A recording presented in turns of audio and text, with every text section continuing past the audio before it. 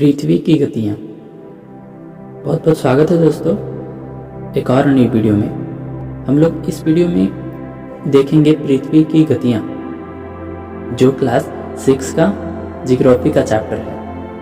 यह चैप्टर उन लोगों के लिए भी महत्वपूर्ण होगा जो कोई भी कंपटीशन एग्ज़ाम की तैयारी कर रहे हैं। तो आइए मिलकर इस चैप्टर को समझते हैं। पृथ्वी की गति दो प्रकार की होती है। पहला होता है घूर्णन गति और दूसरा परिक्रमण गति।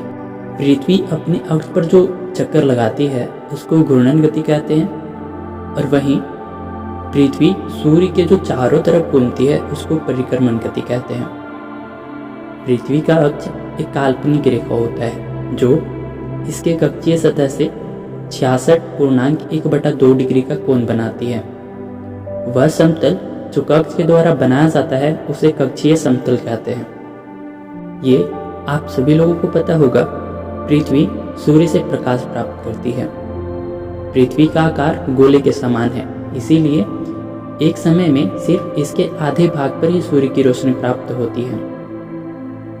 आप इस इमेज में देख सकते हैं, सूर्य की ओर वाले भाग में दिन होता है, जबकि दूसरा भाग जो सूर्य से दूर होता है वहां रात होती है। ग्लोब पर वह वृत्त जो दिन तथा रात को विभाजित करता है उसे प्रदीप्त वृत्त कहते हैं। यह वृत्त अक्ष के साथ नहीं मिलता, जैसा कि इस इमेज में आप देख पाएंगे।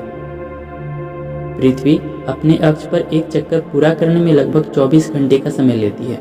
घूर्णन के इस समय काल को पृथ्वी का दैनिक गति कहते हैं। अगर पृथ्वी घूर्णन नहीं करे तो क्या होगा? देखिए, सूर्य के तरफ वाले पृथ्वी के भाग में हमेशा दिन ही होगा, जिसके कारण उस भाग में गर्मी लगातार पड़ेगी। दूसरे भाग में हमेशा अंधेरा रहेगा एवं पूरे समय ठंडा पड़ेगी वहाँ पे। इस तरह की अवस्था में जीवन संभव ही नहीं हो पाएगा। पृथ्वी की दूसरी गति जो सूर्य के चारों ओर कक्ष में होती है उसे परिक्रमण कहा जाता है, जैसा कि हम लोगों ने पीछे देखा। पृथ्वी एक वर्ष या 365.1/4 दिन में सूर्य का एक चक्कर लगा लेती है।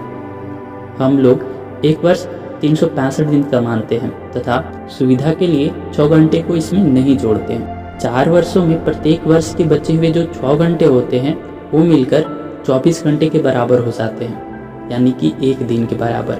इसके अतिरिक्त दिन को फरवरी के महीने में जोड़ा जाता है। इस प्रकार प्रत्येक चौथे वर्ष फरवरी माह 28 दिन के बदले 29 दिन का होता है। ऐसा वर्ष जिसमें 366 दिन होते हैं उसे लीप वर्ष कहा जाता है। इस इमेज को देखें, पृथ्वी दीर्घवृत्ताकार पथ पर सूर्य के चारों ओर चक्कर लगाती है। सामान्यतः एक वर्ष को गर्मी, सर्दी, वसंत, शरद ऋतु में बांटा जाता है। ऋतुओं में परिवर्तन सूर्य के चारों ओर पृथ्वी की स्थितियां में परिवर्तन के कारण होता है। आप इस इमेज को देखें, 21 जून को उत्तरी गोलार्ध सूर्य की तरफ झुका हुआ है। सूर्य की किरणें कर्क रेखा पर सीधी पड़ती है। इसके परिणाम स्वरूप इन क्षेत्रों में ऊष्मा अधिक प्राप्त होती है। ध्रुवों के पास वाले क्षेत्रों में कम ऊष्मा प्राप्त होती है, क्योंकि वहां सूर्य की किरणें तिरछी पड़ती है। उत्तर ध्रुव सूर्य की तरफ झुका हुआ होता है तथा उत्तरी ध्रुव रेखा के बाद वाले भाग पर लगभग 6 महीनों तक लगातार दिन रहता है। चूंकि उत्तरी गोलार्ध के बहुत बड़े भाग में सूर्य की रोशनी प्राप्त होती है, इसीलिए विषुवत वृत्त के उत्तरी भाग में गर्मी का मौसम होता है। 21 जून को इन क्षेत्रों में सबसे लंबा दिन तथा सबसे छोटी रात होती है। पृथ्वी की इस अवस्था को उत्तर अयनांत कहते हैं। 22 दिसंबर को दक्षिणी ध्रुव के सूर्य की ओर झुके होने के कारण मकर रेखा पर सूर्य की किरणें सीधी पड़ती है। चूंकि सूर्य की किरणें मकर रेखा पर लंबवत पड़ती है, इसीलिए दक्षिण गोलार्ध के बहुत बड़े भाग में प्रकाश प्राप्त होता रहता है। इसीलिए दक्षिणी गोलार्ध में लंबे दिन तथा छोटी रात वाली ग्रीष्म ऋतु होती है। इसके ठीक विपरीत स्थिति उत्तरी गोलार्ध में होती है।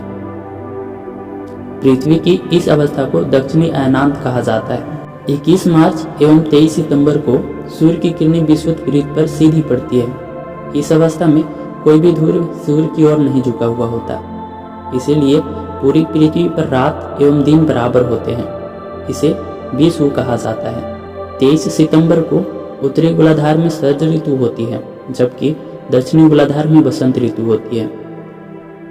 21 मार्च की स्थिति इसके विपरीत होती है, जब उत्तरी गोलार्ध में बसंत ऋतु तथा दक्षिणी गोलार्ध में शरद ऋतु होती है। आज के लिए बस इतना ही। आशा करता हूँ कि ये वीडियो आपके लिए फायदेमंद होगा। मैं आप लोगों से मिलता हूँ अगले वीडियो में। तब तक के लिए धन्यवाद।